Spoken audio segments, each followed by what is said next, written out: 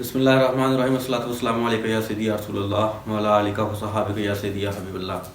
देखती आंखों और सुनते कानों को अजीम अंदारों का सलाम। आप देखे रहे हैं ये अपना पाकिस्तान फेसबुक और यूट्यूब चैनल। मोहतरम व्यूअर्स, आज के व्लॉग में मैं 2-3 खबरें ब्रेक करूंगा और बताऊंगा कि इमरान खान साहब के ऊपर जो कातलाना हमला हुआ उसके पीछे कौन से अनासिर थे, गोली कैसे चली, कहाँ से चली और इस सारे मामले के पीछे कौन से किरदार थे। दूसरी खबर, इलेक्शन आ रहा है, इलेक्शन की चहमगोइयाँ इस वक्त पूरे हलकों में जारी हैं। और तीसरी खबर कि एस्टेब्लिशमेंट ने पीडीएम हुकूमत से मायूसी का इजहार कर दिया है। लेकिन इन खबरों की तफसील में जाने से पहले मैं एक ट्वीट आपको दिखाऊंगा। ये ट्वीट इमरान रियाज साहब ने किया, जो सहाफ़ी हैं उन्होंने ये ट्वीट बिलावल भुट्टो की तस्वीर के ऊपर किया। बिलावल भुट्टो साहब एक तस्वीर शेयर करते हैं अपने ट्विटर अकाउंट पर और वो एक दादों में गए। दादों में एक स्कूल के अंदर क्लासरूम में बच्चों के साथ उन्होंने सेल्फी ली, तस्वीर खिंचवाई और वो बहुत ही खुश मिजाजी में कह के लगाती हुई तस्वीर, वो शायद उनकी बच्चों की गुर्बत के ऊपर या उनके फटे कपड़ों के ऊपर या नंगे पाँव के ऊपर कह के लगाती हुई तस्वीर दिखाई दे रही है। और जो बिलावल भुट्टो के फैन फॉलोअर हैं वो कहते हैं कि बिलावल गरीबों का हमदर्द, गरीबों का साथी। ये कैसा गरीबों का हमदर्द और कैसा गरीबों का साथी कि उसके खुद के तो कपड़े और जूते समेत काफ़ी महंगे ज़ेबतन लिबास किया हुआ है, लेकिन उस गरीब बच्चे जिनके जूते भी नहीं, नंगे पाँव ठंडी ज़मीन के ऊपर खड़े, फटे पुराने कपड़े, क्लासरूम का हाल आप देख सकते हैं। क्या बिलावल भुट्टो के खुद के बच्चे या आसफ अली जरदारी के नवासे, जो कुछ दिन पहले वो खेल रहे थे अपने नवासे के साथ, वो बच्चे इसी क्लासरूम में पढ़ेंगे, इसी टाट के ऊपर बैठेंगे? सिंध के ऊपर अरसा दराज से पहले बिलावल भुट्टो के नाना जान, फिर वालदा मोहतरमा, फिर वालिद साहब आसफ अली जरदारी और अब बिलावल भुट्टो खुद हुक्मरानी का ख्वाब देख रहे हैं। लेकिन इन गरीबों की दाद रसी करने की बजाय, इन गरीबों का अहवाल बेहतर करने की बजाय आप आज जाते हैं वहाँ पे फ़ोटो सेशन करते हैं। ये क्लासरूम एक इलेक्शन ऑफिस है, यहाँ पे सिर्फ बच्चों की पढ़ाई नहीं होती, यहाँ पे इलेक्शन होते हैं, ठप्पे लगते हैं, इनको हुक्मरानी का जो है वो मौका फराहम किया जाता है।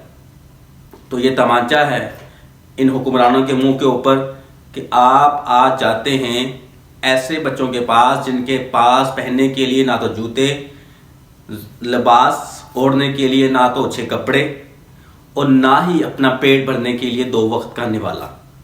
तो अब आइए बात करते हैं इलेक्शन के ऊपर। आजकल कुछ हलकों के अंदर ये अफवाहें फैलाई जा रही हैं कि इलेक्शन आ रहे हैं। शेख रशीद साहब ने भी दावा किया कि जनवरी के आखिर या फरवरी के शुरू में ये हुकूमत ख़त्म हो जाएगी और अप्रैल के आखिर में या मई के शुरू में इलेक्शन होने जा रहे हैं। ऐसी अफवाहें हम पहले भी सुन चुके हैं। जून 2022 के अंदर, सितंबर 2022 के अंदर भी इलेक्शन होने थे लेकिन नहीं हो सके। हाँ, इस वक्त हम अगर इस बात पे यकीन करना चाहें कि इलेक्शन होंगे या नहीं, तो इसके लिए हमें समझना पड़ेगा इमरान खान साहब के फाइनल कार्ड को कि अगर वो जनवरी के मिड के अंदर अपनी दोनों असम्बलियाँ, खैबर पख्तूनख्वा और पंजाब की असम्बलियाँ डिज़ोल्व कर देते हैं तो यकीनन फिर मार्च के अप्रैल के आखिर में या मई के शुरू में इलेक्शन होते दिखाई दे रहे हैं। यकीनन वो माह रमज़ान के बाद होंगे। रमज़ान मुबारक के पहले तो अब किसी भी सूरत जो है वो इलेक्शन होते दिखाई नहीं दे रहे। अब इन इलेक्शन के लिए सबसे जो अहम नुक्ता है या बात है वो ये है कि बजट। पीडीएम हुकूमत किसी भी तरह से बजट बोलने के ऊपर जो है वो कॉम्प्रोमाइज करने के लिए तैयार नहीं। एस्टेब्लिशमेंट भी चाहती है कि बजट जो है वो दूसरी हुकूमत अनाउंस करे, क्योंकि इस हुकूमत ने मईशत का पूरी तरह पट्टा बिठा दिया। क्या पाकिस्तान तहरीक इंसाफ की हुकूमत को रजीम चेंज ऑपरेशन के जरिए उतारने के बाद एस्टेब्लिशमेंट ने चूचू का मरबा जो बिठाया, मुसल्लत किया, इनके पास कई ऐसे मौका थे कि ये पाकिस्तान को बेहतर सिमत में ले जा सकते थे, लेकिन इन्होंने सिर्फ और सिर्फ अपने केसेस माफ़ करवाने के ऊपर फोकस तरजीह दी। अब बात करते हैं कि ये एस्टेब्लिशमेंट या ताकतवर हल्के पीडीएम से क्यों कतरा रहे हैं। वो असाग डार से कतरा रहे हैं। असाग डार के ऊपर से वो अपने शफकत का हाथ उठा चुके हैं, क्योंकि असाग डार साहब मईशत को, डॉलर को नीचे लाने के लिए, पेट्रोल की कीमतें कम करने के लिए, गरीबों की दादरसी करने में बिल्कुल नाकाम हो चुके हैं। महंगाई का तूफान इस वक्त पाकिस्तान के अंदर थमने का नाम नहीं ले रहा, और इसी का इतराफ़ शहबाज शरीफ साहब भी कर चुके हैं। वो कहते हैं कि बिलाशुबा पाकिस्तान के अंदर महंगाई मुल्क की बुलंद तरीन सतह पर है। तो जनाब, हम तो ये समझ रहे थे कि आप आए हैं तो डॉलर जो इमरान खान की हुकूमत में 178 178 पे था, तो आप उसको 150 पे या कम पे लेके आएंगे। पेट्रोल 150 रुपये का था तो आप 120 या 100 के ऊपर लेके आएंगे। अगर आटा उस इमरान खान की हुकूमत में 1000 का थैला था तो आप 700 या 800 का करेंगे। लेकिन अब तो वो दिन दुगनी और रात चुगनी तरक्की कर चुकी है महंगाई, और इस वक्त मईशत पाकिस्तान की बिल्कुल तबाह है। पाकिस्तान के अंदर एक बहुत बड़ी कंपनी टेलीनॉर ने ऐलान, बल्कि उन्होंने अपना फैसला सुना दिया है कि वो पाकिस्तान से जा रही है।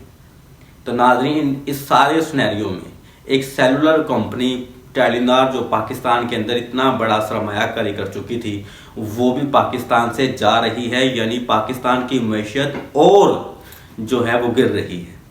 तो यूं पाकिस्तान का मईशत जो है वो दबे पांव बैठती चली जा रही है, और हुक्मरान जो है इस वक्त काफ़ी परेशान दिखाई देते हैं, और एस्टेब्लिशमेंट और ताकतवर हल्के भी अपना सर पकड़कर बैठ गए हैं कि हमने ये कैसा तजर्बा पाकिस्तान के साथ कर डाला और पाकिस्तान की तबाही और बर्बादी में अपना हिस्सा डाला।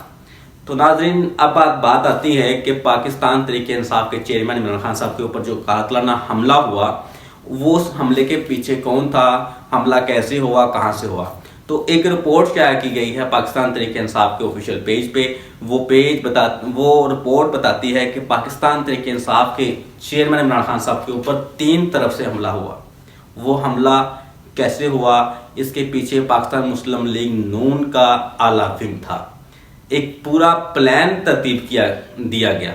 वो प्लान कैसे था, चूंकि इमरान खान साहब लॉन्ग मार्च करने वाले थे, नून लीग ने बाज़ाब्ता तौर पर कुछ सहाफ़ियों को साथ मिलाया, उनसे ट्वीट्स करवाए, फिर छोटी छोटी वीडियोस के क्लिप चलवाए, और फिर पाकिस्तान मुस्लिम लीग नून के आला अहदेदारों ने प्रेस कॉन्फ्रेंस की। पहले मरियम नवाज, फिर ख्वाजा आसफ, फिर राना सनाउल्लाह, फिर खुद मरियम नवाज, और उसके बाद वो सहाफ़ी इन्होंने अपने ख़रीदा या जो भी अपने साथ मिलाया, उनसे ट्वीट्स और कुछ प्रोग्राम करवाए, और उसको रंग देने की कोशिश की गई कि जैसे इमरान खान साहब तौहीन रसालत या तौहीन इस्लाम कर रहे हैं। और इस सारे सिनेरियो में जब वो लॉन्ग मार्च करेंगे तो इमरान खान साहब के ऊपर हमला करवाया जाएगा, और उस हमले को मजहबी जनूनियत का नाम दिया जाएगा। क्यों? इमरान खान साहब ख़त्म हो जाएंगे, इमरान खान साहब को दुनिया से सफ़ा हस्ती से मिटा दिया जाएगा, और जो हमला करने वाला था उसको भी वहीं पे गोलियां मारकर तबाह बर्बाद कर दिया जाएगा, और इस तरह ये मामला ठप हो जाएगा। लेकिन हुआ कुछ इसके बरक्स। आपने भी देखा, सबने देखा, क्योंकि अल्लाह ताला जिसको चाहे इज्जत से नवाजे, जिसकी जान बचाए, तो उसको कौन उठा सकता है। तो नाज़रीन, एक रिपोर्ट शाया की गई, वहाँ उस रिपोर्ट में बताया जाता है कि 2-3 तरफ से हमला हुआ। एक जगह से 14 गोलियों के खोल मिले, 12 एक और 2 एक, और एक छत से 9 गोलियों के खोल मिले हैं, और 3 तरह के मुख्तलिफ वेपन्स इस्तेमाल किए गए। तो अब आती है कि जब इमरान खान साहब के ऊपर हमला हुआ, फौरन इमरान खान साहब अस्पताल नहीं पहुंचे, और मीडिया चैनल के ऊपर वो बयान नशर किया जाता है जिसने हमला किया, और उस सहाफ़ी इसको मजहबी जनूनियत का नाम देते हैं। तो जब ये इसके ऊपर पंजाब हुकूमत ने इंक्वायरी की, GIT रिपोर्ट जो है उसमें इंकशाफ हुआ कि जब हमने पूछा गुजरात के अंदर SHO से कि ये वीडियो कैसे बनाई गई, क्यों बनाई गई, किसने कहा, तो उन्होंने कहा कि हमें डीपीओ गुजरात ने खुद अपना मोबाइल फ़ोन दिया और उन्होंने कहा कि ये वीडियो रिकॉर्ड करें और ये सवाल पूछें। अब मुझे नहीं पता उन्होंने किसको शेयर की, कहाँ की, कैसे की, आप डीपीओ गुजरात से पूछ सकते हैं। तो जब डीपीओ गुजरात साहब से रब्ता किया गया, उनसे कहा गया कि अपना सेलफोन हमें दें, हम इसका फराजत करवाना चाहते हैं कि आपने ये वीडियो किस किस को शेयर की है, तो उन्होंने अपना सेलफोन देने से साफ इनकार कर दिया। फिर उसके बाद आईजी पंजाब फैसल शाहकार साहब से रब्ता किया जाता है, उनसे कहा जाता है कि जनाब आप डीपीओ गुजरात के साहब के खिलाफ कार्रवाई करें और उनको शामिल तफ्तीश करें और उनका मोबाइल फ़ोन लेके हमें दें, ताकि हम जो है उसका फराजा करवा सकें और मामले की तहकीकात का आगाज़ हो सके। तो आईजी पंजाब फैसल शाहकार साहब ने भी साफ साफ इनकार कर दिया। तो यूं नाज़रीन, इस सारे मंजरनामे में बहुत सारे शकूक व शबाहत पाए जाते हैं कि आया कि इस फैसले और इस हमले के पीछे कौन से किरदार और कौन से ताकतवर अनासर थे। तो नाज़रीन, इन सारे मामला जो मैंने आपको हकायक बताई, ये एक रिपोर्ट शाया हुई, फैक्ट शीट शाया की गई है, जिसके अंदर इन बातों का एतराफ़ किया गया। तो अब आगे क्या होता है, जीआईटी के अंदर कौन से नए इंकशाफात किए जाएंगे, कौन सी तहकीकात जो है तमीम मराहल में की जाएंगी, इसका फैसला तो आने वाले दिनों में होगा, लेकिन उसका मैं अगले व्लॉग में आपको बताऊंगा। आज के लिए इतना ही। पाकिस्तान जिंदाबाद।